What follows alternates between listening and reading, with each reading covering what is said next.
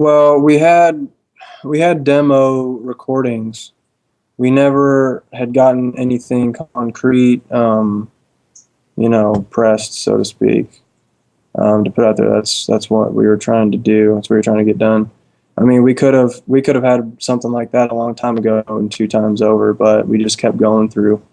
Things kept happening, and that's probably the story of a million different bands out there. But so it was basically just relying on person to person, here, check this out, give them a recording of something, or check out our MySpace page, because we had tons of music on there all the time. So we usually would, the drums, more often than not, we would always go have professionally done, just because those are always so hard to record on your own. And then uh, even some of the guitaring, every now and then we would also do the same thing. And there was probably once or twice where I actually went in the studio myself and did vocals that way. Other than that, we do have our own recording equipment, and we even did some drums on our own. A lot of probably majority of the guitars were usually done on our own, and almost all the vocals I did myself at my house. I got my own recording equipment.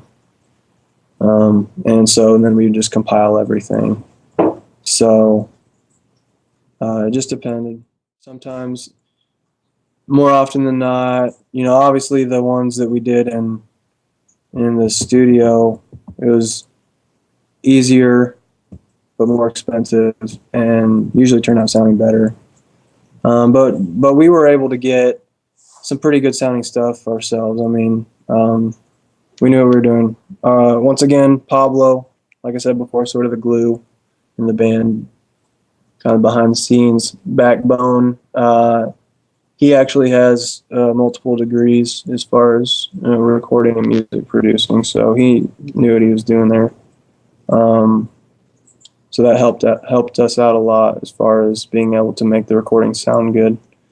And they turned out sounding pretty good, some a little better than others. Some of our stuff was sent off. There's probably a couple tracks that were sent off, and we actually had someone else master them for us so that it sounded even better.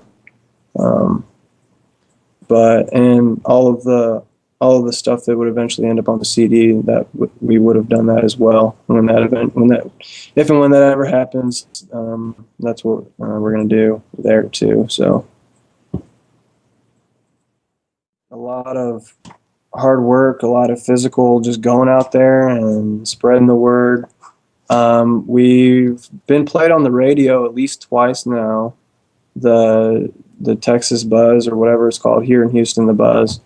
They have a segment for local bands, and we've been featured on there at least twice now, to where we've been played each weekend for like a month or so.